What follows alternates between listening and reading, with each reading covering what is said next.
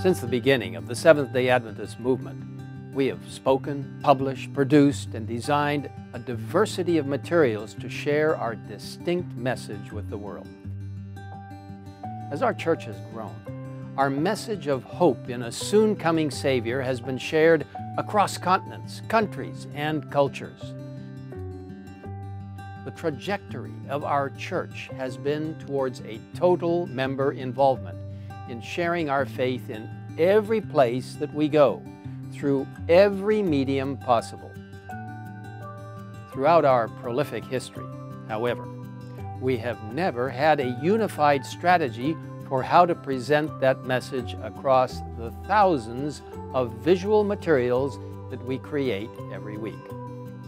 Our churches, ministries, and organizations have spent such a long time trying to stand out that it is sometimes difficult for people to tell that we all stand together, that we all belong to the same body. In designing our own, we have sometimes forgotten to think about our context and about what would make it easiest for everyone to know that we are all Seventh-day Adventists. Aided by the work created by the South Pacific Division, we have asked ourselves the question, how, with all the unique challenges of a global organization like ours, at this point in our story, can we best present our church visually?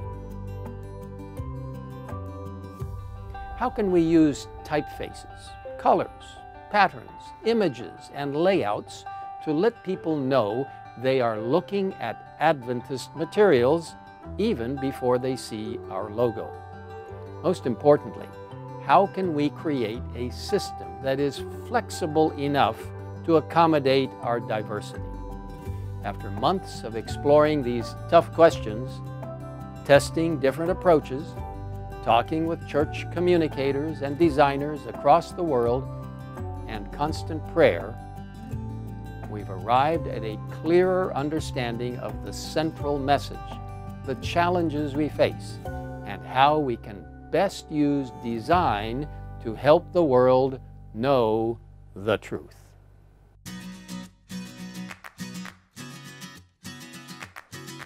Let's talk now about the logo.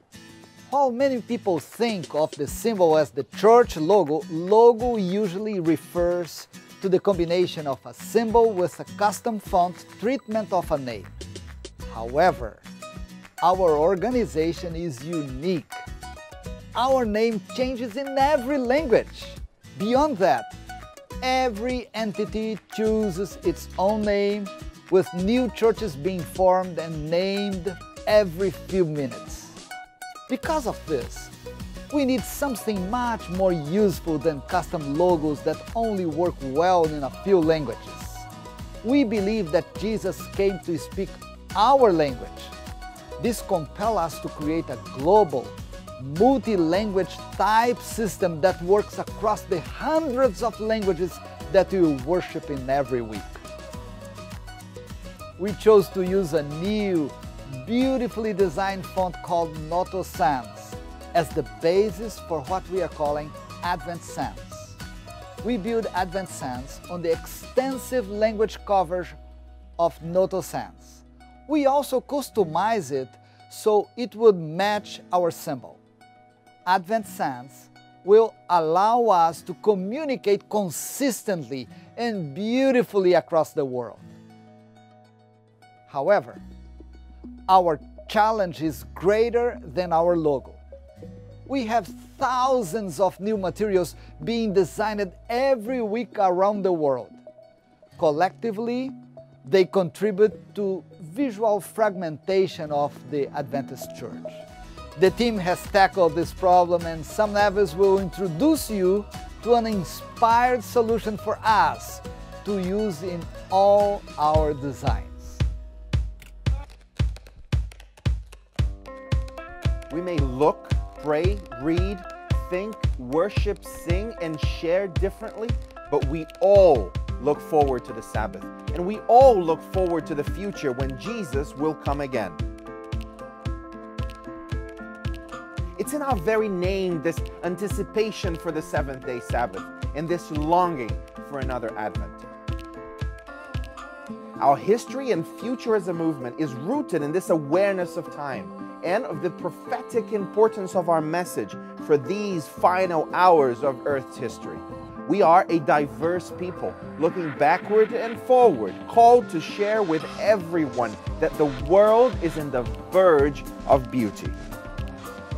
With this message in mind, we arrived at a core component for a new identity system, the creation grid, a simple 7-column structure for layout. The grid is a reference both to the prophetic timeline as well as to the creation week that culminated in the seventh-day Sabbath. The first 6 columns of the grid belong to the designer. They can be filled with anything: text, images, illustrations, patterns, and logos. But the 7th column, the Sabbath column, does not belong to them. It is meant to be different and special.